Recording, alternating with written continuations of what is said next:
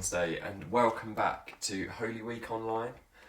If you haven't yet seen yesterday's Holy Week Online, go back and catch it. It's one of the best bits of Bible study I've heard in ages. Matt's got a great message for you, so make sure you listen to that if you haven't already.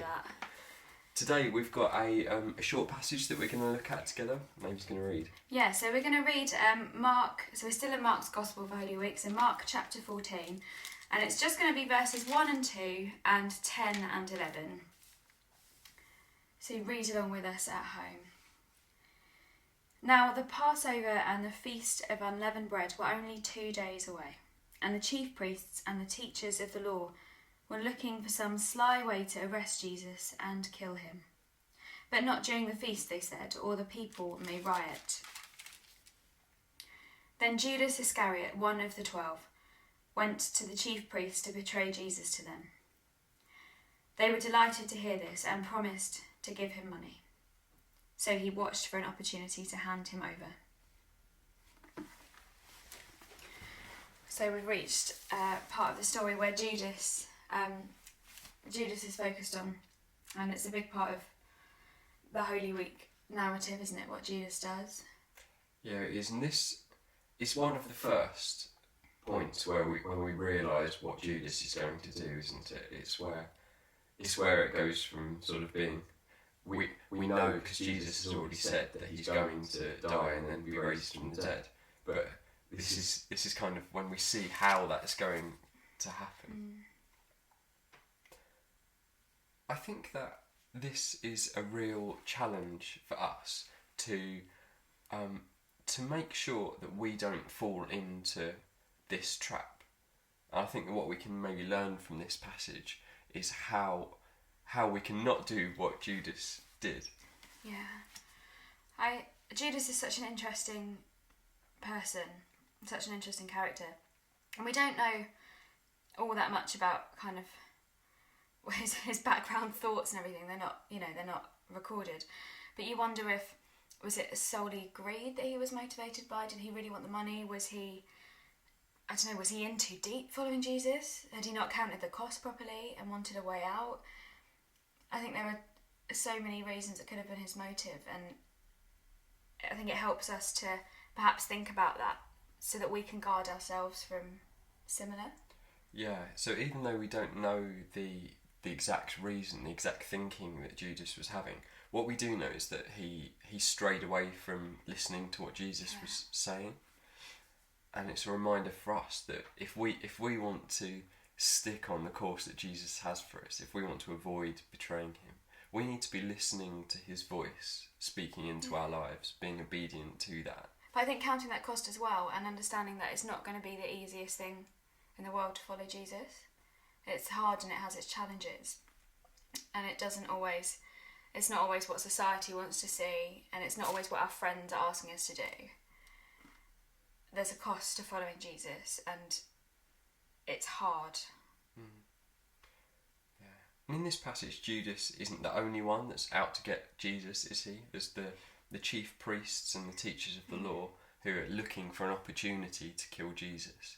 And I find it really interesting, really ironic that they were really concerned, we don't want to start a riot, but they were perfectly happy to arrange to kill a man, and not just any man, but Jesus.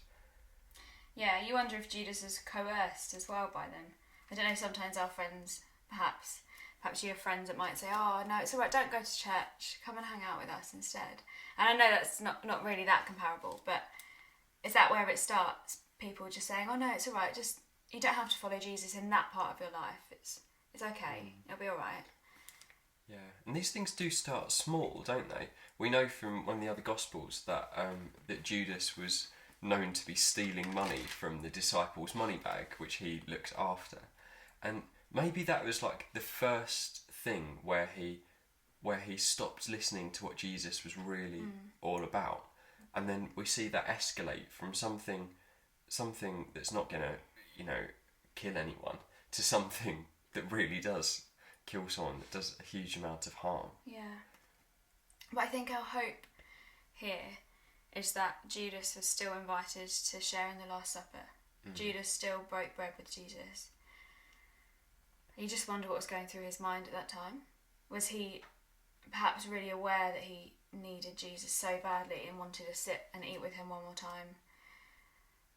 I don't know. Yeah. Trying to act normal, I don't know. We're going to be chatting a bit more tomorrow about the Last Supper and who Jesus sat and ate that with, aren't we? Yeah. I think that today our reflection, our kind of challenge for you to take away from this is to go and at some point today reread these 4 verses. We've all got time to read 4 verses, and while you're doing that, ask God, where in my life am I betraying you? It may be a really small thing. It might be like Judas, starting really small, and we have the opportunity to pluck them things out before they grow into something big and something damaging. Spend a little while praying and give them things to God and ask him to speak into your life. I think that's why it's so important to start our day with the Bible, because it means that the first voice we're hearing each day is the voice of God. Yeah. Shall we pray over that a bit? Yes. Would you pray with us at home? Loving God, thank you for your forgiveness. Thank you that when we mess up, you make it okay. And God, we are so sorry for the times where we betray you. The big times, the small times, where we don't turn to you first, where we listen to the other voices around us.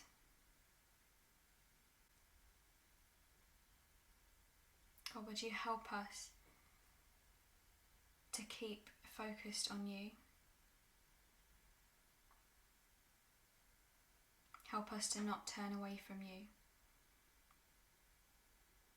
Help us to see that the best way to live life is following you.